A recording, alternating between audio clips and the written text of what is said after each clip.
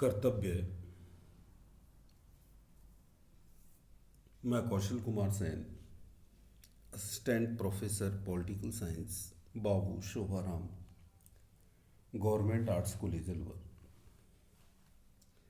इस अंक में हम भारतीय राज्य व्यवस्था के अंतर्गत या भारतीय संविधान के अंतर्गत मूल कर्तव्यों का अध्ययन करेंगे। इससे पहले हमने मौलिक अधिकारों का अध्ययन किया।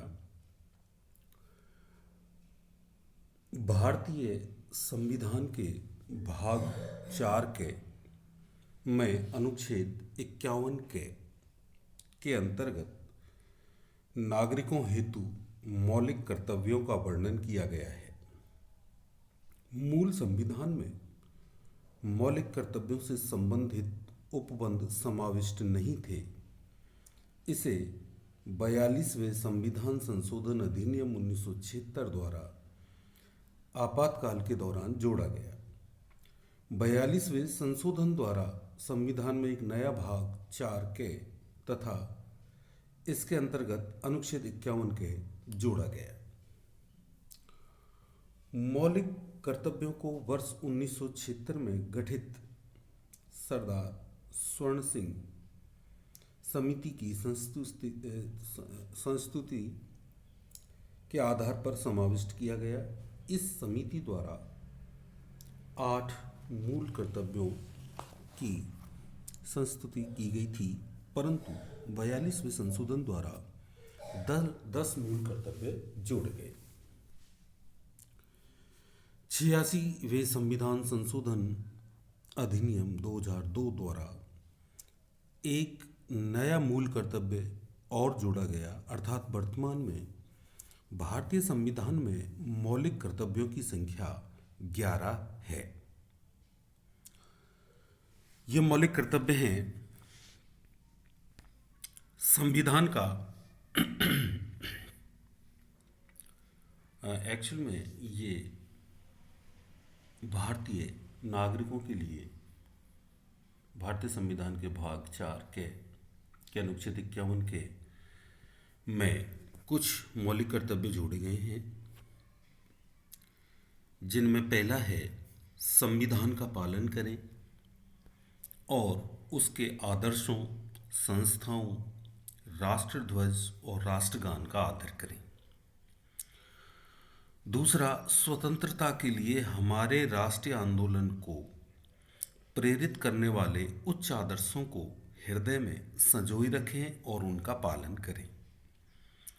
तीसरा, भारत की संप्रभुता, एकता और अखंडता की रक्षा करें और उसे अक्षुण्ण बनाए रखें। चौथा, देश की रक्षा करें एवं आह्वान किए जाने पर राष्ट्र की सेवा करें। पांचवा, भारत के सभी लोगों में समरसता और समान भ्रातृत्व की भावना का निर्माण करें, जो धर्म, भाषा और प्रदेश या वर्ग पर आधारित सभी भेदभावों से परे हो। ऐसी प्रथाओं का त्याग करें जो स्त्रियों के सम्मान के विरुद्ध हो। हमारी सामाजिक संस्कृति की गौरवशाली परंपरा का महत्व समझें और उसका परिरक्षण करें। सातवां, प्राकृतिक पर्यावरण की, जिसके अंतर्गत वन, झील, नदी और वन्य जीव हैं, रक्षा करें और उनका संवर्धन करें तथा प्राणी मात्र के प्रति दया भाव रखें। आठवां, वैज्ञानिक दृष्टिकोण, मानववाद और ज्ञानार्जन तथा सुधार की भावना का विकास करें। नवा, सार्वजनिक संपत्ति को सुरक्षित रखें और हिंसा से दूर रहें। 10वां है व्यक्तिगत और सामूहिक गतिविधियों के सभी क्षेत्रों में उत्कर्ष की ओर बढ़ने का प्रयास करें, जिससे राष्ट्र निरंतर बढ़ते हुए प्रयत्न और उपलब्धि की नई ऊंचाइयों को छू ले।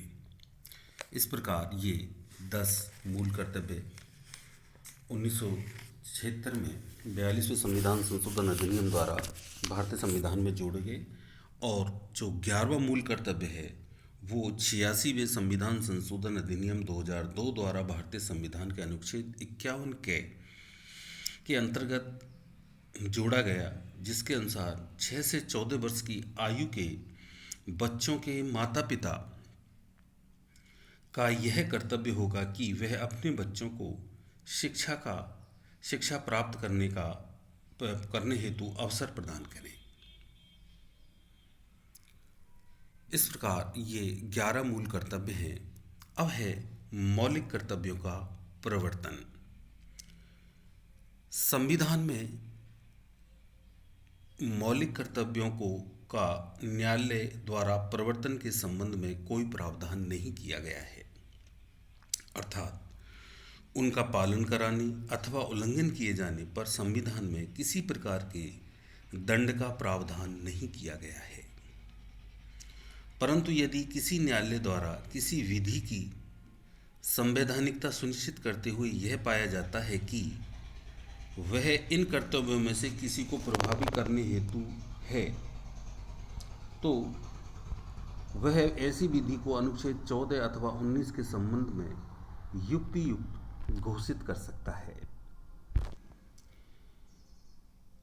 यदि न्यायालय को किसी विधि की संवैधानिकता सुनिश्चित करते हुए किसी कानून की संवैधानिकता को सुनिश्चित करते हुए उसे ये लगे न्यायालय को कि इनमें से किसी इस विधि के द्वारा इन कर्तव्यों में से किसी को प्रभावी कर हो सकता है, तो ऐसी विधि को अनुच्छेद 24 और 19 के संबंध में युक्त घोषित किया जा सकता है।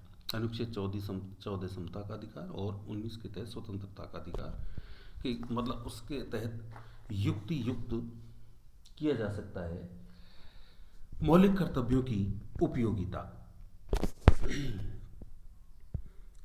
मौलिक कर्तव्यों का भी राज्य के नीति निर्देशक तत्वों की भांति संविधान की व्याख्या हेतु उपयोग किया जा सकता है। न्यायालय ने जिस प्रकार राज्य के नीति निर्देशक तत्वों की व्याख्या करते समय दो विरोधी सिद्धांतों के मध्य अनुरूपता स्थापित करने के सिद्धांत का अवलंबन किया, उसी प्रकार मौलिक कर्तव्यों की व्याख्या करते समय भी वह उसी सिद्धांत का अनुपालन कर सकती है। विधायिका द्वारा विधि निर्माण करते समय इनके क्रियान्वयन को आधार बनाया जा सकता है तथा कार्यों का औचित्य सिद्ध करने के लिए इन कर्तव्यों का सहारा लिया जा सकता है। संविधान में मूल कर्तव्य की स्थापना से अधिकारों और मूल कर्तव्य में स्वस्थ संतुलन स्थापित होता है। मौलिक कर्तव्य व्यक्ति के सामाजिक दायित्व की भावना का संचार करते हैं तथा जिससे राष्ट्रीय भावना में वृद्धि होती है। ये कर्तव्य भारतीय संस्कृति के अनुकूल हैं और ये कर्तव्य भारतीय जनता में बंधुता की भावना को बढ़ावा देते हैं। अब है मौलिक कर्तव्यों का अनुपालन कि इनका अनुपालन क्यों जरूरी है। संविधान में ऐसा कोई प्रावधान नहीं है, जैसा पूर्व में बताया जा चुका है, कि जिसके द्वारा मूल कर्तव्यों को प्रभावी बनाया जा सके अथवा उन्हें लागू करने की कोई बाध्यता हो सके। लेकिन साथ ही संविधान में ऐसा भी कुछ नहीं है जिसके अनुसार उनके उल्लंघन पर कोई रोक लगा सके अथवा उसके लिए कोई दंड दिया जा सके। मौलिक कर्तव्यों को संविधान में समाविष्ट करने का मुख्य उद्देश्य नागरिकों को उनके सामाजिक और आर्थिक दायित्वों के प्रति सचेत करना तथा उन्हें अपने देश साथी नागरिकों एवं अपने हित में कुछ करने या न करने की चेतावनी देना है। यदि किसी कानून की एक से अधिक व्याख्याएं संभव हैं, तो उसको व्याख्यायित करते समय न्यायालय निश्चित तौर पर मूल कर्तव्यों को ध्यान में रख सकता है। पर्यावरण की सुरक्षा से संबंधित अनुच्छेद 51